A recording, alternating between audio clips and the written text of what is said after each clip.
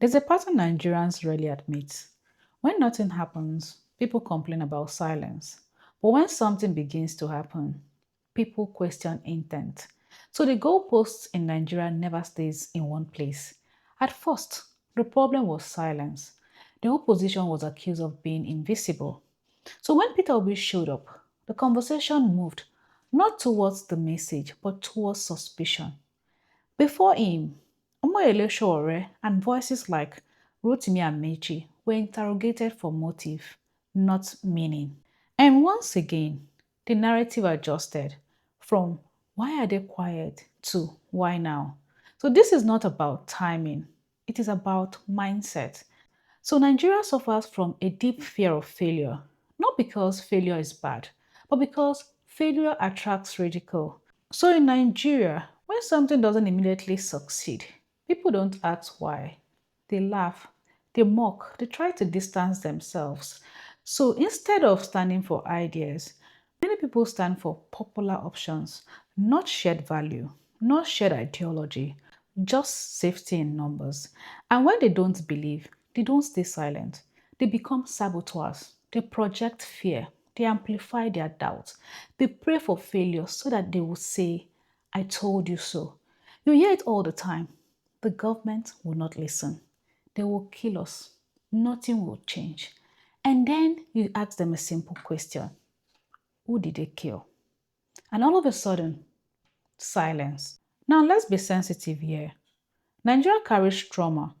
Lekki Togate happened. Trust was broken. The fear is real. But trauma is not the same thing as paralysis. If fear becomes a permanent policy, then the violence has won without another bullet fired. So here's the truth we avoid. No protest begins as a finished product. A protest is not a magic button. It is a process. The first success of a protest is not policy change.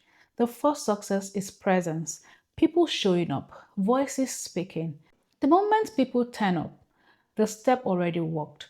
But Nigerians often measure success with the wrong metrics. If it didn't meet their personal expectations, they dismiss it. And that is insecurity. And watch what happens next. The moment an idea begins to gain ground, the same people who doubted it suddenly want to own it.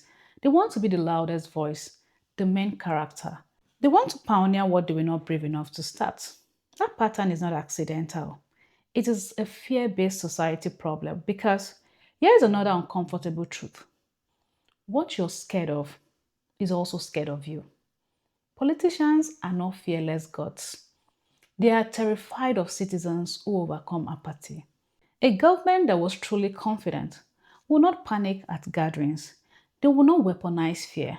They wouldn't constantly remind citizens of their own helplessness. So when people say nothing will happen, ask yourself, why are you so invested in convincing others to do nothing?